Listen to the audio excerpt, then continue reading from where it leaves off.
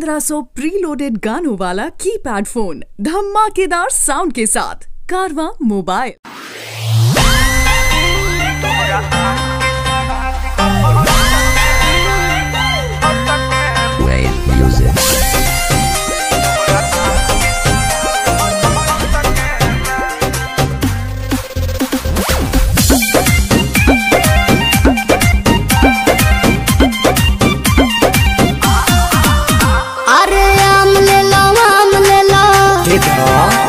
चतानी सरे आम ले लो।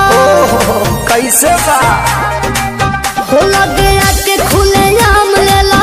दे बाधे रही तमाम ले लो। न टाइम वेस्ट करो टेस्ट अभी टट के है बे।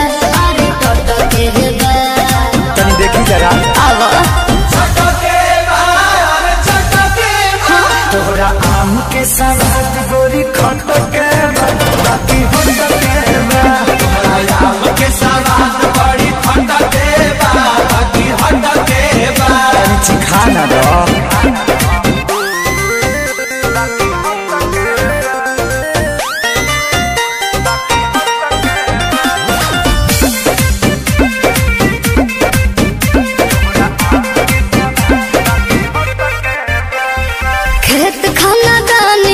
बाप के बागानी बा ओहरे बागाने के आम बा ले लो भर झोरा सस्ते ही दाम बा।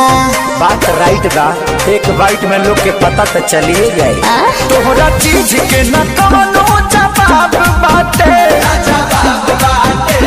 हिसाब बाटे चलो तारा खाती दू चार पैसा घट के अरे घट के हाँ तो दे दो चलो छोड़ दी